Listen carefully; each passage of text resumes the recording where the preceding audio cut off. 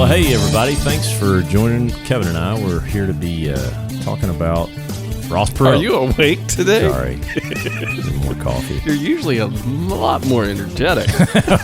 Oh, my God. You need a cup of coffee from Novel Coffee Roasters here in Flower Mound. I guess so. So, hey, we're here at How to Be a Texan talking about a Texas legend today. This is one of our Texas legends. Who is this? He's got one eye almost shut like that. See, here it is. Now, Christmas season, isn't this nice? I love those Christmas songs. Rudolph, the red-nosed reindeer. Now, what the hell is a red-nosed reindeer? Isn't this who? A reindeer with a drinking That's not problem, him. I swear. This is an impersonation of him. So do all my kids, so does tomorrow. I love Ross Perot. Oh, you're right. Yeah. So, all right. So today we're going to talk about a Texas legend, Ross Perot. Ross Perot. Yeah, we've mentioned him before, and I will be honest. Dana Carvey did a hilarious, and he did that for years. His impersonations of Ross Perot on Saturday Night Live, and then he did W, and he did others. But Ross Perot was phenomenal. He did George H.W. He did. He did the original. That's right.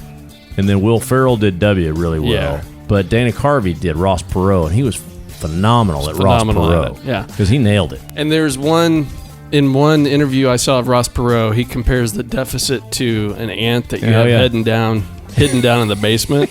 Yeah. But he really said, Ross Perot really said that. He really said that. And this is Dana Carvey's version of that, which is just hilarious. Okay. You want a sound bite? Is that what you want? You want a little sound bite, little something to put in your press store there? Is that what you want? See, is that what you like, huh? Now, the deficit is like a crazy ant down in the basement. No one is paying attention to her. And she is just getting unrear and stinkier. You got me? I say, take her out, slap her around, and hose her down. That's so great. That's how he would talk to the press. That's exactly how he talked. I mean, he wouldn't take it quite that far. Well, but he'd be like, you want a little quote for your story? Is that what you want? Okay, I'll give you something. Yeah, that's right. That's exactly how. That's why people loved him. That's right. Kind of a little bit of the same dynamic, that Trump has, but Trump's much more on the dark side, right? But kind of that same kind of grassroots outsider, right? Just being so bluntly honest, yeah. And that's the way Ross Perot always was in his political life, yeah. And so Ross Perot's what is he, 82 today? He's still alive and well, and he's in Dallas. Oh yeah. Now he's really kind of backed off from the public life. But for us, he's really a Texas legend. He is absolutely a legend. Yeah, you look at his life, and he's about as great of a patriot as we could ask for. I mean, he privately funded hostage rescue missions, on behalf of America when we couldn't go in. We were hand tied because of diplomatic relations or whatever, and he would just go. He'd send people over to get people out if they were in trouble. Mm-hmm. He did run for president. Is it 2 or 3 times? He ran twice. Twice? Okay. And the first time, I think he got 19% of the popular vote. He got a good chunk of the vote. Yeah. He got as much as almost anybody that's done that, I think. A lot of people think that's one reason why Clinton actually won. Because, they think Ross Perot took a lot of George H.W.'s voter base away from him. Right. And it just diluted it enough to give. Because Clinton did not get over 50% in either of his elections. I see. And so he was in the kind of mid-40s. Right.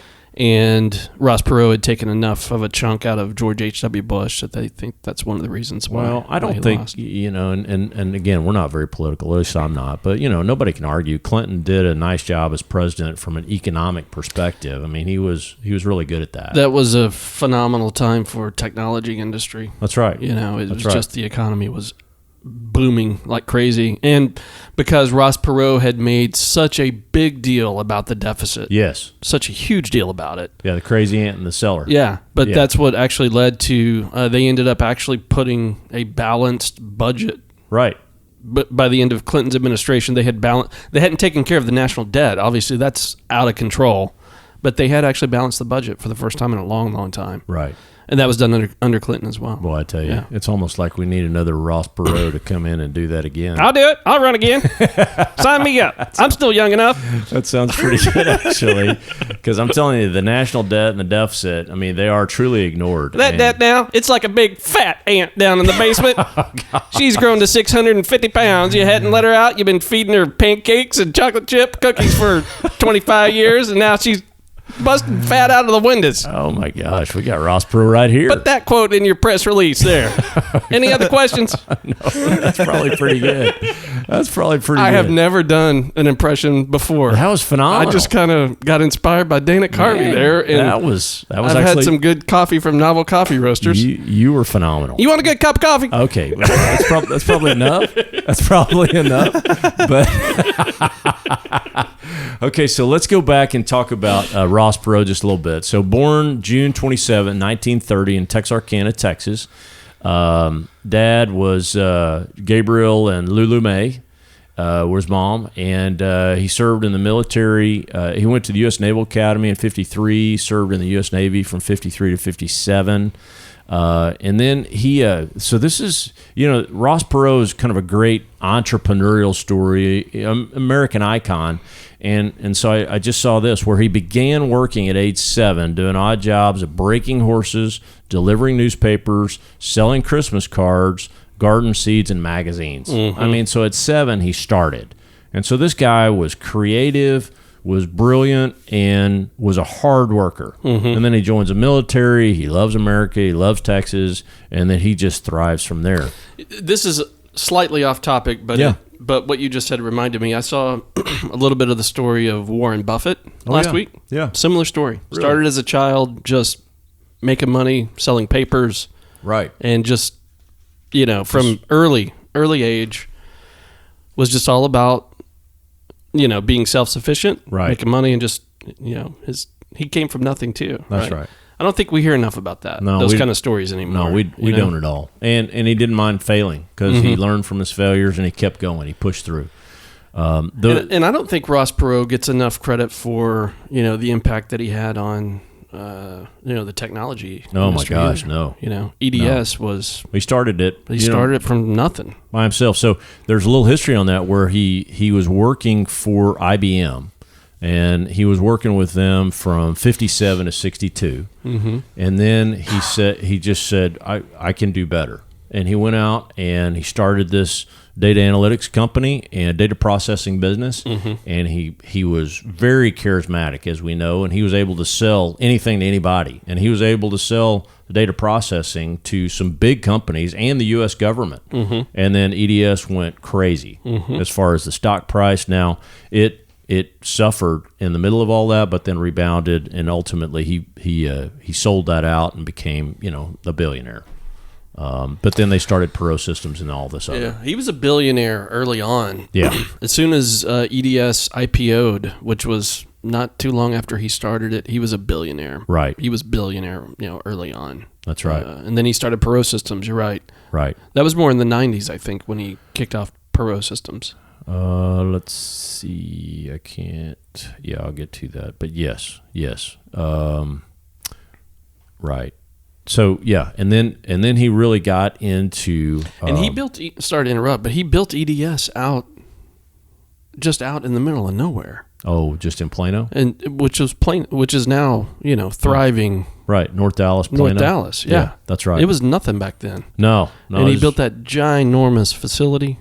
And it's impressive. Yeah, it's a work of art. The EDS or Perot Systems facility, whatever it's called now. But it's not Perot Systems. So Perot Systems was a completely different thing. Okay. Yeah, EDS continued on after he got rid of it, and then it ultimately got bought by HP. HP owns it now. So you heard the term HPE. Yeah.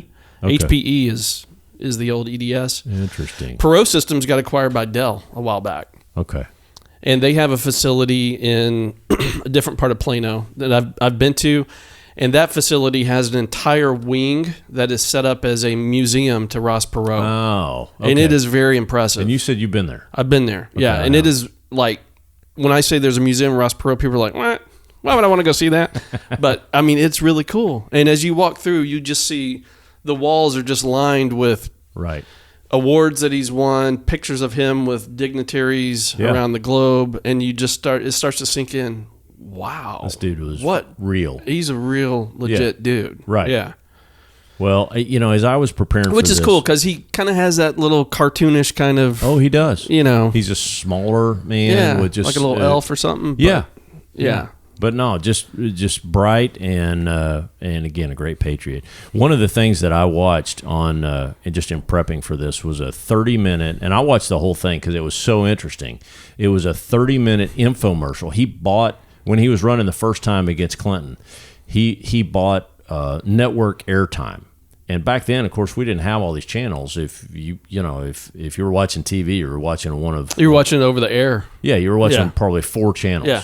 Yeah, we had like 3 major networks here in Dallas. Yeah. Or PBS, and who wanted to watch PBS? So, no offense, PBS, but it was boring. The McNeil-Lehrer News Hour? No, I did not watch that. I used to watch that a lot, actually. Oh, my gosh, no, not me. So anyway, here's Ross Perot on network primetime. And it was a 30-minute basically infomercial where he's just sitting there at a desk and he's got these graphs. And he's talking about Clinton's 12 years as governor of the state of Arkansas and the track record that Clinton had.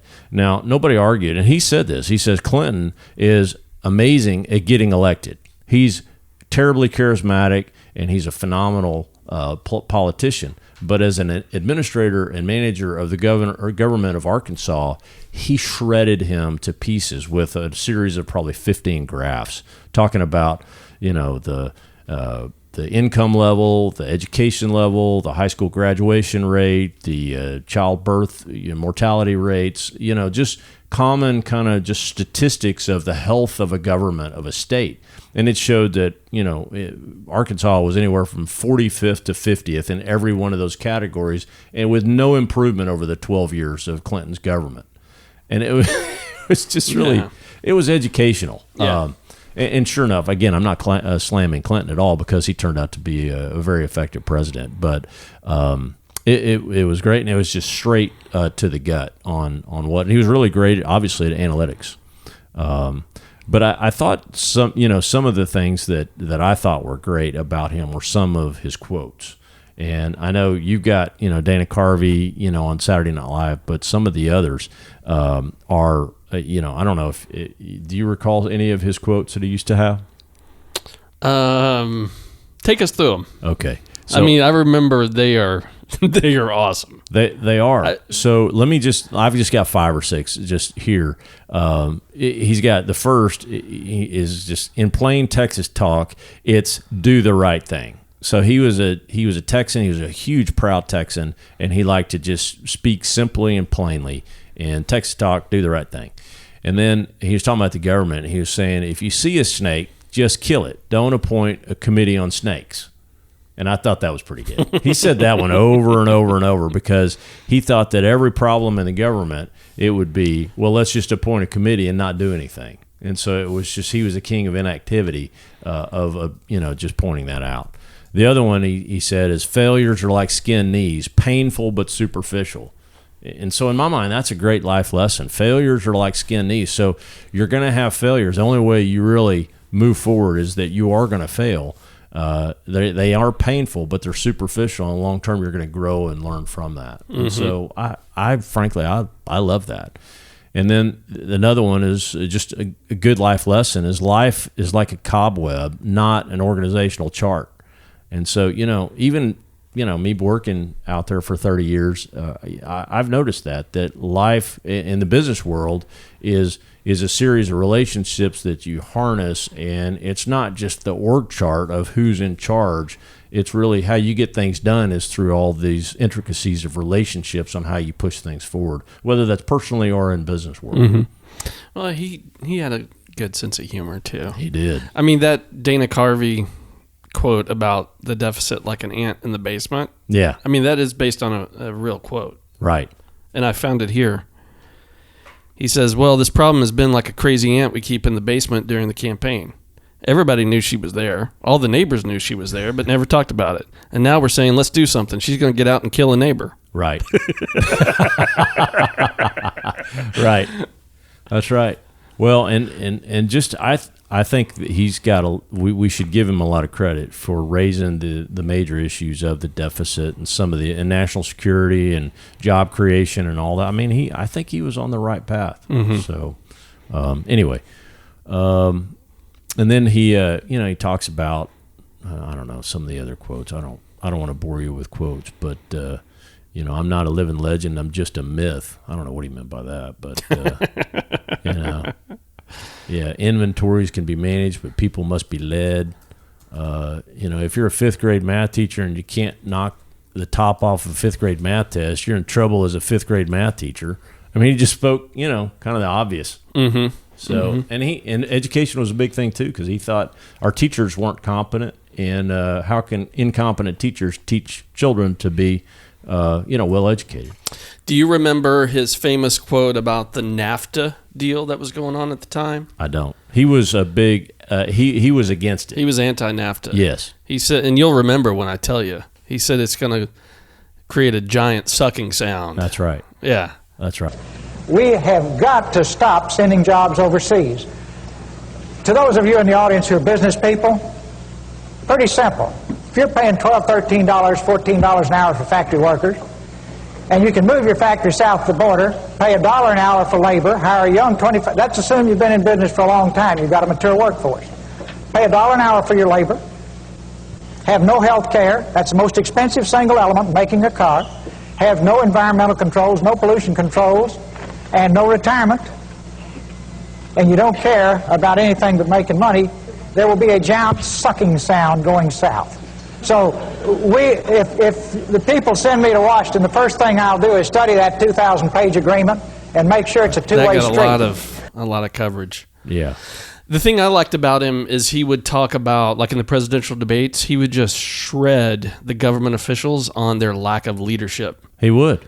He'd be like, leadership is, we're going to make mistakes. You take ownership of the mistakes, and then you go fix it. Right. These guys don't take ownership of anything. No, that's and right. he would just hammer that over and over in these debates. And you'll see Clinton and H.W. Bush just kind of sitting there like, what is happening? This guy's like destroying us. That's right. How do we deal with that? Do you remember? You remember what his bane was? Why? And this was a Saturday Night Live thing, and it was. Do you remember his vice presidential candidate? Oh yeah, oh yeah. It was the old. Which is another unfortunate thing because that guy is a decorated war hero. Mm-hmm. General Stockton, and he actually has a battleship named after him. Yeah, but he looked like Frankenstein, and he just grunted, and the characterization of him on Saturday Night Live was so bad. Yeah, it was just quirky. Yeah, because he got up on the debate and his opening statement, which he was trying to be funny. Yeah, and it was funny at the time, but the press just destroyed him. But he was like, who am I? Why am I here? Yeah. It's kind of like what I'm asking myself. Why am I a presidential, vice presidential candidate? That makes sense. It came but across they just all destroyed him in the press. Oh, my gosh, yeah. No. But I think if Ross Perot had have been with a major political party, he would have won. He probably would. I think, not to compare, because I don't put Trump and Ross Perot in the same category by any stretch of the imagination. I think Perot's a good human being. Yeah. But I may have to edit that out later. But I think Trump learned from that. Sure. I think that's why Trump probably had instincts to run independently. Right. But he knew that by becoming part of the Republican Party, he would probably have a better shot at winning. That's just my theory. Right. Well, you go back to, I agree. I think he was a good man, and was he a great politician? I have no idea. But I liked his just straightforward style, and I wished I could do that. There was something, I'm just going back and looking at his bio, but in 1974, he was awarded the Medal for Distinguished Public Service by the Defense Department for his efforts on behalf of POWs. And he was a huge advocate for the Vietnam POWs. So he was trying to get them out as well.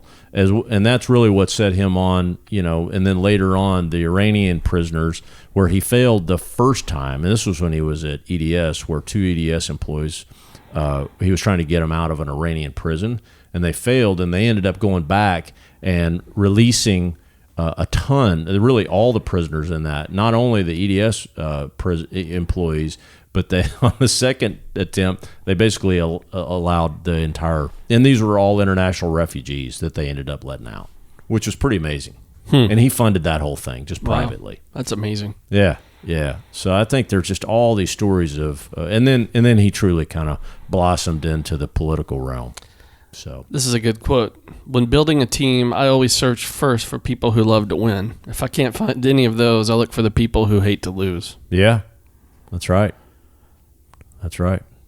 The activist is not the man who says the river is dirty. The activist is the man who cleans up the river. That's right. And then I love this just as far as sales. I haven't sold anybody over lunch in my whole life.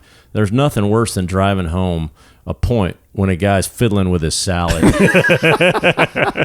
I love that. Yeah. I hate lunch. Oh my business gosh, meetings. sales meetings Yeah. over lunch hate 'em. they just make me want to vomit. Here's a So, good one. If we really want to know who's responsible for this mess we're in, all we have to do is look in the mirror. You and I own this country, and we're responsible for what happens to it. Yeah. Amen. You know, so just kind of good, solid leadership principles. Yeah, just punch you in the mouth and just be honest with you. Here's one I was kind of referring to earlier. In business, people are held accountable. In Washington, nobody is held accountable. In Yeah. business, people are judged on results. In Washington, people are measured by their ability to get reelected. That's right. That's right. That's what drives me crazy. Again, I'm not a real political guy at all, but it seems like as soon as you get elected, you just turn right around and you're worried about the next election versus actually executing on what you just said you'd do. Right. You know, that's what drives Yeah. me crazy. It's crazy. And you're just thinking 2 years, 4 years in advance. Well, how can I reposition myself so that I look good to get Yeah, reelected? it's just such a waste. And he was not about that at all. He's like, don't appoint a committee on a snake. Kill the Just snake. kill a snake. I mean, you know, I like that. it just makes sense. So, Very good. Well, this is a good one. This Yeah. is truly a Texas legend, yeah, no doubt. I've had a tremendous amount of admiration for the guy, even though he's quirky and funny. Dana Carvey doing him on SNL, but I have a tremendous amount of admiration for the man.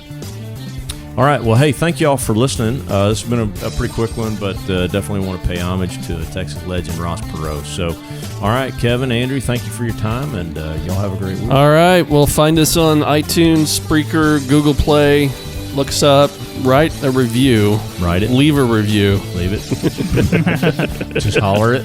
Just put something out there, will Yeah. you? Text Come me. on, people. Can't you write one simple review? It'd take you 30 seconds. Oh, so good. We'll have to resurrect that one. I like that. Kyle, what are you going to do to increase the viewership of this podcast? You've been slacking off for the past 6 months. If you want to know what's wrong with this, look in the mirror. It's you. Yeah, I agree with Mr. Perot. All right. Good, clean fun, as Kyle Kirkpatrick would say. Oh, my gosh. All right, y'all have a great week. Take care. Adios. Bye.